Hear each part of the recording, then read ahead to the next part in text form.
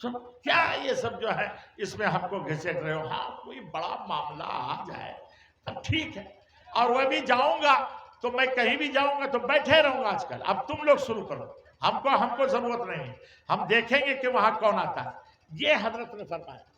اس لیے الحمدللہ ہم لوگ ابھی ہیں موجود، لہذا آئندہ اگر کسی قسم کی کوئی بات آئے تو آپ عربی کالج آئیں، عربی کالج آپ کا مدرسہ ہے، مولی یہاں کا آفاق ہمارے یہاں جو ہے طالب علم ہے، اور آپ لوگ اپنے بچوں کو وہاں ایڈمیشن کرائیں، آپ کے یہاں سے جو بھی بچہ جائے گا ہمارے یہاں انشاءاللہ تبارک و تعالی ان کا کوئی بھی کسی قسم کا فیس نہیں لیا جائے گا، نہ کھانے کا فیس لیا جائے گا، اور نہ آپ کے یہاں کی رعایت یہ ہے کہ نہ ان کا جو داخلہ فیس جو ہے وہ بھی ختم، وہ بھی نہیں لیا جائے گا، بالکل آپ یہاں سے اپنے بچے کو لائیں اور انشاءاللہ تعالی عربی کالج میں داخلہ کرائیں۔ اور یہ ویسے تو 7 تاریخ کا اعلان ہوا تھا، 7 شوال کا، لیکن یہ رامنومی کی وجہ سے ابھی حالات اتنے اچھے نہیں ہیں، ہم لوگوں کو باہر ان دنوں میں نہیں نکلنا چاہیے، اپنا آرام سے اپنے اپنے گھر میں ہی رہیں، یہ حالات ہندوستان کے بڑے خراب ہو چکے ہیں، اسی لیے ان حالات کی بنیاد پر بھی ہم لوگ بہت پرہیز کرتے ہیں۔ مسلمان تو بیچارہ پرہیز کر رہا ہے لیکن برداشت سے باہر ہو رہا ہے، کتنا برداشت کرے گا مسلمان بیچارہ، اتنا برداشت کر رہا ہے، دیکھ لیجئے ان کی اکیلے پاتا ہے مار دیتا ہے، ریلوے میں دیکھتا ہے داڑھی والا کو پکڑ کر کے دھکا دے کر کے، چلتی ٹرین میں دھکا دے کر کے گرا کر کے مار دیتا ہے، آپ لوگ دیکھ رہے ہوں گے واٹس ایپ وغیرہ پہ تو آتے ہی رہتا ہے، لیکن مسلمان خاموش ہے، علماء خاموش ہیں، سب کے سب خاموش ہیں، یہاں کے حالات کو دیکھتے ہوئے اگر کچھ ذرا سا کوئی بولتا ہے تو اس کو فوراً مقدمہ میں الجھا کر کے اور اس کو جیل میں ڈال دیتا ہے۔ آپ نے دیکھا کیا بولا تھا سلمان اظہری صاحب، کیا بولے تھے، کچھ تو نہیں بولے تھے، وہ بھی فلسطین کی بات چل رہی تھی تو اس کو ان لوگوں نے اپنے پر لے کر کے ان کو جیل میں ڈال دیا، تو ڈال دیا، کتنے دن رہے وہ، اللہ اکبر، اللہ تعالیٰ نے بہرحال کرم فرمایا اور وہ رہا ہو کر آ گئے۔ لیکن ہمارا ایک آدمی ابھی 2 سال سے ہے، وہ کون؟ قمر عثمان غنی صاحب، اللہ تعالیٰ کوئی سبیل فرما دے، دعا کر دیجیے کہ اللہ تعالیٰ ان کو بھی کوئی غیب سے مدد کر کے ان کی رہائی عطا فرما دے، آمین ثم آمین۔ میرے محترم دوست، اس لیے آپ حضرات شانتی سے رہیں، اور ایک بات میں آپ سے کہوں، خدا کی قسم یاد رکھیے گا، آج اللہ تعالیٰ ہم لوگوں کو قسم قسم کی نعمتیں کھلا رہا ہے۔ رمضان میں آپ نے دیکھا ہوگا کہ دسترخوان پر کون ایسی چیز جو پھل نہیں تھے جو آپ نے نہیں کھایا، یہ اللہ کا انعام ہے۔ جب کبھی آپ کے دسترخوان پر مرغا ہو، قورمہ ہو، بریانی ہو، پلاؤ ہو، زردہ ہو، آپ اپنے اللہ کا شکر ادا کیجئے، اور اس وقت میں آنکھ بند کر کے نبی کے دسترخوان کو جھانکیے۔ خدا کی قسم حضرت عائشہ صدیقہ رضی اللہ تعالیٰ عنہ فرماتی ہیں، میں نے نبی کے دسترخوان پر بارہا ایسا دیکھا کہ سوکھی روٹی رہتی تھی اور انہیں پانی میں بھگو کر آپ کھایا کرتے تھے۔ میرے دوست، خدا کی قسم ان لوگوں نے جو اسلام پھیلایا ہے ایسے نہیں پھیلایا ہے۔ حضرت عمر فاروق رضی اللہ تعالیٰ عنہ فرماتے ہیں کہ جب کوئی صحابی رسول اپنے کرتے کو کھولتے تھے اور ننگے پیٹھ ہوتے تھے تو کہتے ہیں خدا کی قسم کوئی پیٹھ میں نے ایسی نہیں دیکھی جن کے جسم پر تلوار اور بھالے اور تیر کے نشان نہ ہو۔ اللہ اکبر۔ میرے محترم دوست، آپ اندازہ لگائیں ان لوگوں نے اسلام کو ایسا پھیلایا اور آج پوری دنیا میں اسلام ہے، لیکن آپ اور ہم آج کیا کر رہے ہیں؟ اس لیے اسلام میں تفرقہ مت ڈالو، جو آ رہا ہے اور جو چاروں مذہب حق پر ہیں، جو ہو رہا ہے، خدا کے لیے اس میں تفرقہ نہ ڈالو، تم اپنی زندگی جیو، ہم لوگ اپنی زندگی ہم لوگوں کو جینے دو، ہے نا۔ لیکن ایک مسئلہ یہاں یہ بتلا ہے، عید میں عورت جماعت کر سکتی ہے کہ نہیں؟ ایک منٹ دیکھیے، ایک منٹ یاد رکھیے،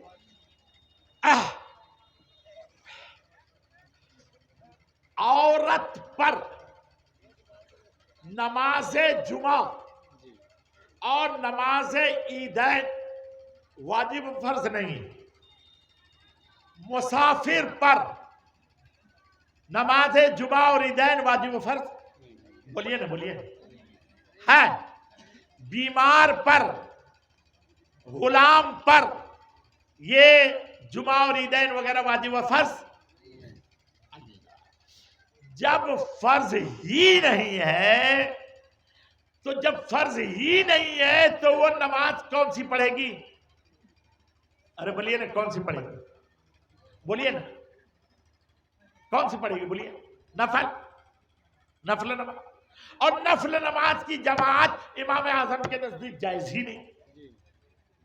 نفل نماز عورت تو چھوڑیے، جب مردوں کو جائز نہیں ہے، عورت کی بات تو چھوڑیے، نفل نماز کی جماعت مردوں پر جب مردوں کے لیے جائز نہیں ہے تو عورتوں کے لیے، لہذا عیدین کی نماز عورتوں پر نہیں ہے، وہ نہ جماعت کریں، ہاں اگر چاہیں تو وہ چاشت کی 4 رکعت پڑھ لیں اور کیا کہتے ہیں اشراق کی پڑھ لیں، لیکن کوئی اور عید وغیرہ کے نام سے نماز ادا نہ کریں۔ ہماری ماں اور بہن اس مسئلے کو سمجھیں، احناف کے نزدیک یہی مسئلہ ہے جو میں نے بیان کیا، کسی اور کے نزدیک ہو تو لے جاؤ نا بھائی، کون منع کرتا ہے نا، لے جاؤ تم مسجد کو، اپنے بیٹی بیوی سب کو لے جاؤ، بہو کو لے جاؤ، صرف رمضان میں کیوں، ظہر میں بھی لے جاؤ، عصر میں بھی لے جاؤ، مغرب میں بھی لے جاؤ، رات میں بھی لے جاؤ، دن میں بھی لے جاؤ، ہے نا، رات میں بھی لے جاؤ، دن میں بھی لے جاؤ، پھر دیکھنا مسجد رہتی ہے یا سیٹی گھر ہو جاتا ہے، جی تب دیکھنا، تب پتا چلے گا حالات اچھے ہیں یا حالات خراب ہیں۔ کالج میں آج مسلمان کی لڑکیاں مرتدہ ہو کر غیروں کے ساتھ بھاگ رہی ہیں، یہ اپنے لڑکیوں کی خبر لیجئے، مسلمان ہو تو تم کو میں قسم دیتا ہوں کہ لڑکیوں کو اگر اسکول بھیجو، کالج بھیجو تو برقع کے ساتھ، اور اس کے بعد اس کو بیٹھا کے کہو بیٹی سن لے، میں تمہیں تعلیم اور ایجوکیشن اور علم کے لیے پڑھنے کے لیے کالج اسکول میں تمہیں بھیج رہی ہوں، پیار کے لیے نہیں، محبت کے لیے نہیں، اور جس دن پتہ چل گیا کہ تو پیار اور محبت میں مبتلا ہو گئی ہے، اس دن تجھ کو اس دھرتی کے اوپر رہنے کا حق نہیں ہوگا۔ اس لیے اپنی بیٹیوں کو اس طریقے سے کھل کر سمجھائیے تاکہ وہ مرتدہ نہ ہو، ورنہ یاد رکھیے ان لوگوں کی چالیں بہت ہیں کہ ان کے نوجوان خوبصورت نوجوانوں کو چھوڑا ہے RSS والوں نے، اور کہا ہے کہ خوبصورت لڑکیوں کو کالج کی اسکولوں کی پٹاؤ محبت کے جال میں، اور اس کے بعد اگر مسلمان ہونا چاہے تو تم مسلمان بھی ہو جاؤ، لیکن اس کے بعد اس کو حاملہ کر دو، حاملہ کر کے یا تو اس کے گھر والے بھی اسے نہیں اپنائیں گے، اور ان کے بعد یا تو پھر وہ طوائف میں جا کے بیچ دو یا اس کا کام تمام کر دو۔ یہ ابھیان چل رہا ہے پورے ہندوستان میں، اس لیے سترک رہیے اور چست و چالاک رہیے، اپنے گھر میں خود حفاظت کیجیے، اپنے بچیوں کی، اپنے لڑکوں کی، اپنے گھر والوں کی، ہم سب پر واجب ہے اپنے گھر والوں کی حفاظت کرنا۔ اللہ تبارک و تعالی ہم لوگوں کو حفاظت کی توفیق عطا فرمائے، ہے نا۔ لہذا آج کے بعد سے آپ لوگ جھگڑا وگڑا تو نہیں کیجیے گا نا، نہیں، آج کے بعد سے آپ لوگ کو گمراہ کرنے کی کوشش کرے گا تو گمراہ تو نہیں ہوئیے گا نا، نہیں، انشاءاللہ۔ نعرہ تکبیر، نعرہ رسالت، اسلام، اسلام، مذہب اہل سنت، مسلک اعلی حضرت، نعرہ تکبیر، نعرہ رسالت، صلاۃ و سلام کے لیے کھڑے ہو جائیں۔ یا نبی سلام